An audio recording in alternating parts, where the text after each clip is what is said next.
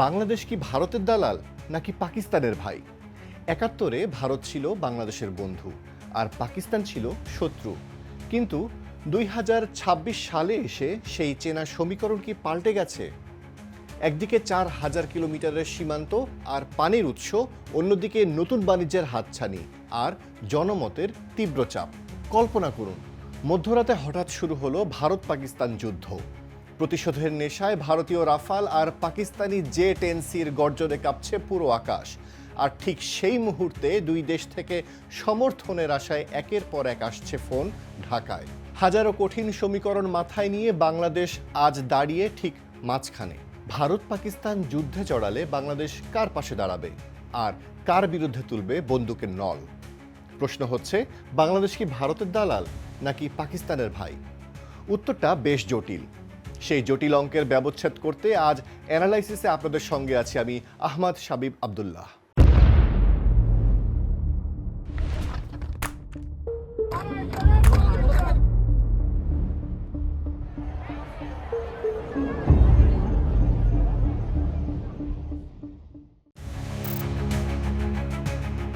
২০২৫ সালের ডিসেম্বরের শেষে সাবেক প্রধানমন্ত্রী খালেদা জিয়ার জানাজার অনুষ্ঠানে ঢাকায় এসেছেন ভারতের পররাষ্ট্রমন্ত্রী এস জয়শঙ্কর।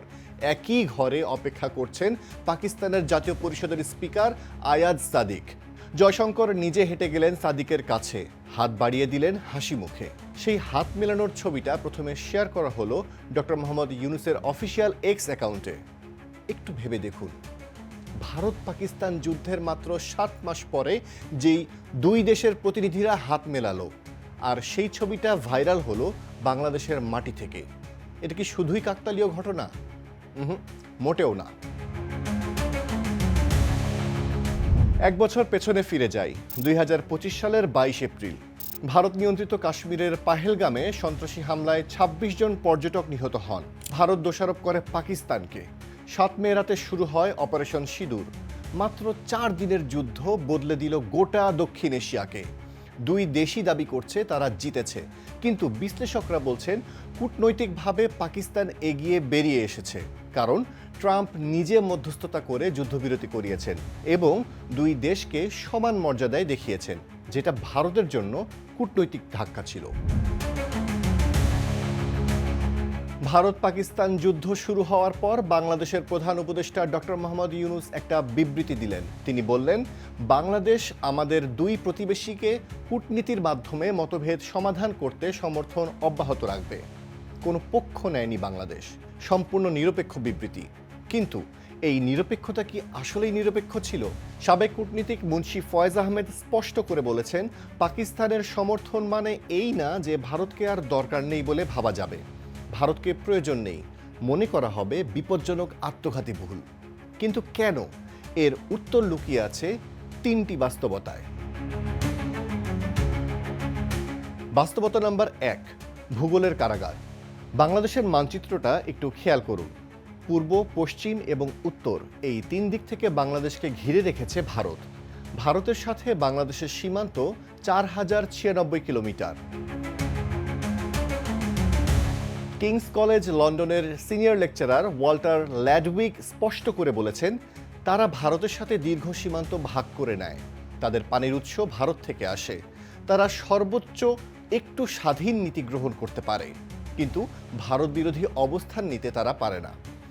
এখানে তারা বলতে ওয়াল্টার বাংলাদেশকে বুঝিয়েছেন। ভারত থেকে আসা ৫৪টি অভিন্ন নদী বাংলাদেশের ওপর দিয়ে প্রবাহিত হয়। এর মধ্যে গঙ্গা, ব্রহ্মপুত্র, মেঘনা নদীর পানির উপর প্রায় পুরোপুরি বাংলাদেশ নির্ভরশীল। অর্থাৎ সহজ কথায় বললে, ভারত চাইলেই বাংলাদেশের পানি বন্ধ করে দিতে পারে।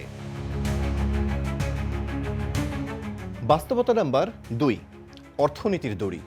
২০২৩-২৪ অর্থ বছরে বাংলাদেশ আর ভারতের মধ্যে মোট বাণিজ্য হয়েছে $১৪ বিলিয়ন। এর মধ্যে ভারত রপ্তানি করেছে প্রায় $১২ বিলিয়ন আর বাংলাদেশ করেছে মাত্র $২ বিলিয়ন।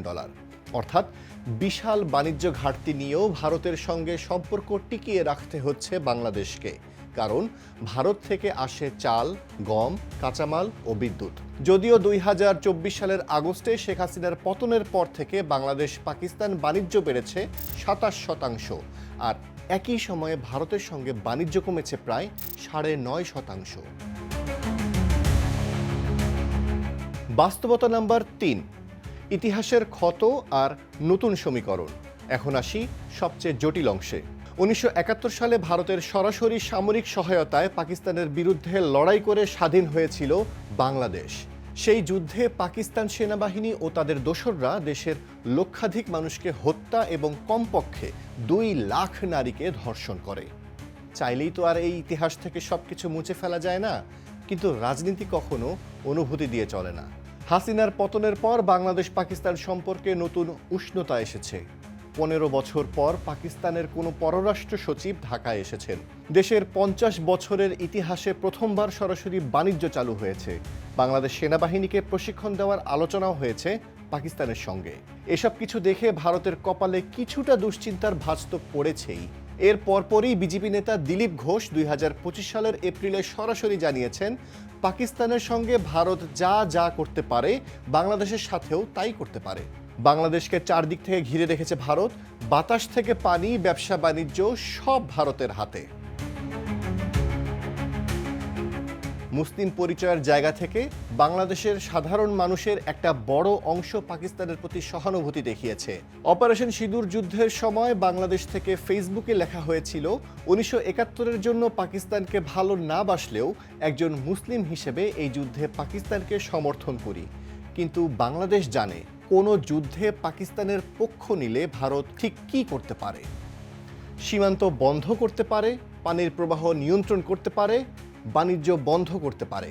যদিও ভারতের উত্তর পূর্বাঞ্চলের একমাত্র সংযোগ শিলিগুড়ি করিডোর, যা চিকেন স্নেক নামে পরিচিত, তার নিরাপত্তায় কৌশলগতভাবে হলেও বাংলাদেশকে সহযোগী রাখতে ভারত বাধ্য। ইতিমধ্যে চীনের কাছ থেকে $2.1 বিলিয়ন বিনিয়োগ পেয়েছে বাংলাদেশ। চীন, পাকিস্তান, বাংলাদেশ ত্রিপক্ষীয় জোটের প্রস্তাব পেয়েও তা প্রত্যাখ্যান করেছে বাংলাদেশ। আল জাজিরার বিশ্লেষণ অনুযায়ী বাংলাদেশের নীতি সবসময় এঙ্গেজমেন্ট উইদাউট এন্ট্যাঙ্গেলমেন্ট, মানে সম্পর্ক রাখো কিন্তু জালে আটকে যেও না। একে অনেকে দুর্বলতা ভাবলেও এটা আসলে এক প্রকার চতুরতা। এবার আসল প্রশ্নে ফিরে আসি। ভারত পাকিস্তান যুদ্ধ হলে বাংলাদেশ কার পাশে দাঁড়াবে?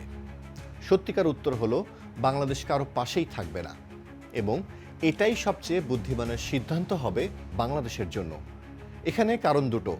এক, ভূগোল আর অর্থনীতি বাংলাদেশকে ভারতের বিরুদ্ধে যেতে দেবে না। 2, 1971-এর ইতিহাস আর জনমতের চাপ বাংলাদেশকে পাকিস্তানের হয়ে মাঠে নামতে দেবে না। কিন্তু এই নিরপেক্ষতার মধ্যেও বাংলাদেশ ভারত পাকিস্তান সংকটে নীরব থাকেনি।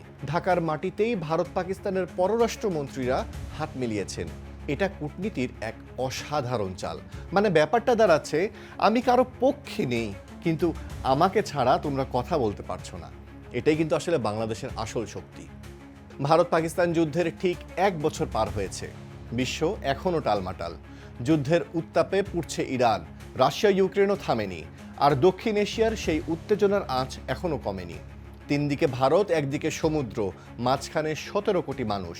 এই বাস্তবতায় বেঁচে থাকতে হলে আবেগের উপর নয়, হিসেবের উপর দাঁড়িয়ে প্রয়োজন স্মার্ট কূটনীতি। তারেক রহমানের নেতৃত্বে নতুন সরকার বাংলাদেশ ফার্স্ট পররাষ্ট্রনীতির কথা বলছে। ভারত, চীন, যুক্তরাষ্ট্র, পাকিস্তান সবাই নতুন সরকারের সঙ্গে সম্পর্ক গড়তে তৎপর হয়ে উঠেছে। তাই বলাই যায়, এখন পর্যন্ত বাংলাদেশ কূটনৈতিক হিসাবটা ভুল করেনি। এই ভিডিওটি যদি ভালো লেগে থাকে, শেয়ার করুন তাদের সঙ্গে যারা এখনও ভাবছে বাংলাদেশ কি ভারতের দালাল নাকি পাকিস্তানের ভাই। তবে উত্তর কিন্তু দুটোই ভুল। দেখা হবে নতুন পর্বে।